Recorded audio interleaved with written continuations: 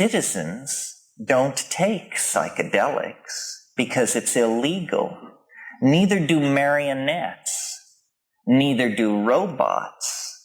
None of these well-behaved and mechanistic reductionist images of humanity take psychedelics because it's misbehaving. Misbehaving is a great sin. In fact, it's enshrined as the first sin. You'll regard that the psychedelic issue was there in Eden, and somebody misbehaved, and then they got tossed out forever and their children's children into the chaos of history. It's interesting to read in Genesis why this was. It was because they will become as we are, says Yahweh. They will become as we are if they eat of the fruit of the tree of knowledge. I suggest to you that this is precisely what we should seek to do. We empower our experience by insisting on our authenticity. It's a wonderful thing to learn to be able to stand up and yell bullshit, because so much is being slung and nobody is talking about the primacy of experience and the dignity of the individual. The dignity of the individual. We went a long way with this in America before we betrayed it. And it wasn't only betrayed by the clowns in Washington. It's also betrayed by anybody who clusters themselves around the feet of some self-proclaimed nabob. Because the fact of the matter is, nobody knows what's going on. Nobody knows. Nobody has the faintest idea. The best guesses are lies. You may be sure of it. And so to pretend that one human being will lead another out of the dark night of ignorance and into the shining light of truth is ludicrous, absolutely grotesque, a product of this empowering of the human image that has gone on through several thousand years of dominator culture. If you want a teacher, try a waterfall, or a mushroom, or a mountain wilderness, or a storm-pounded seashore. This is where the action is. It's not back in the hive. It's not in the anthill. It's not knocking your head against the floor in front of somebody who claims that because of their lineage and whose feet they washed and whose feet they washed, that you should give credence to them. Knowledge is provisional, and we are yet to approach even the first moment of civilized understanding.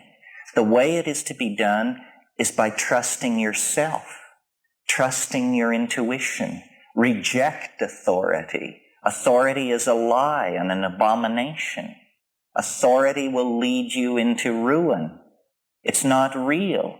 And it isn't, don't get the idea that it's this liberal rap about how everybody has a piece of the action. You know, the Jews know something, the Buddhists know something, the Huichol know something. Nonsense. Rubbish. Nobody knows anything. These are different kinds of shell games that have been worked out by priestly castes of people to keep things under control. Institutions seek to maximize control, control, control. That's what they're into. Did you think they were in the business of enlightening you? Saving your soul? Forget it. Control is what this is all about.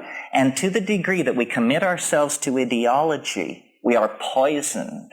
Any ideology, Marxism, Catholicism, objectivism, you name it, rubbish, all rubbish. What is real is experience. What is real is this moment. And so then what it becomes about is, what are the frontiers of experience? How much of that has been taken away from us by these dominators, by these priesthoods, by these cults, by these philosophical shell games? Well, a lot. That's the whole story of history. Our growing unease, our growing dis-ease, our malaise, is all about the fact that we are kept from the wellspring of experience. We are sexually repressed. You may not feel it, but look back 100 years to a world where pianos wore pants. You know, maybe we've made a little progress on the sexual thing. Maybe not. Maybe more or less than we think. But we are repressed in all of these areas. And we are particularly repressed in the area that relates to the psychedelic experience, because it is raid to the Dominator insect invasion. They can't take it. They can't stand it, because it empowers the individual. It dissolves the cheerful model of science. It's just exposed as, a nice story. It enriches the accessible universe tenfold, 100-fold, 1,000-fold. It makes the individual complete within his or her self. And this completion of the individual is extremely destructive to the plan of the dominators, which is that you will be a cog in a machine. You will participate in the life of an organization, not your life, the life of an organization. You will go to some bullshit job. You will pour the best years of your life and your genius and your hopes into this. You will serve an institution. You will serve. Well, it's a bad idea for free people to go along with this. A much better idea would be to insist on the dignity of human beings, to recognize that the freeing of slaves, the giving of the vote to women, the ending of public whippings, that this program of political enlightenment must also then include hands-off on how people want to relate to changing their minds. We are not interested in being sexually regulated by the state, and we are not interested in being intellectually, spiritually, emotionally manipulated by the state. The state should stand down in this issue. The state is acting as the enforcing arm of the dominator culture, specifically of fundamentalist screwballs who, are horrified by all this, by the notion that people would claim the authenticity of their own minds, that people would stand in the light of nature and reject original sin and the guilt from Eden and, the sins of the fathers and all this rubbish which is handed down. What the Archaic revival is going to have to mean, if it has teeth, is a re-empowering of the individual and a consequent lowering of the profile of institutions, especially government. We need to think about these things because we have bought into the idea that we have to serve and behave and be enslaved, else chaos will engulf the world. We need to carry out our analysis of the situation to the point where we can embrace chaos and see that chaos is the environment in which we all thrive. If we continue as we have, then, we're doomed.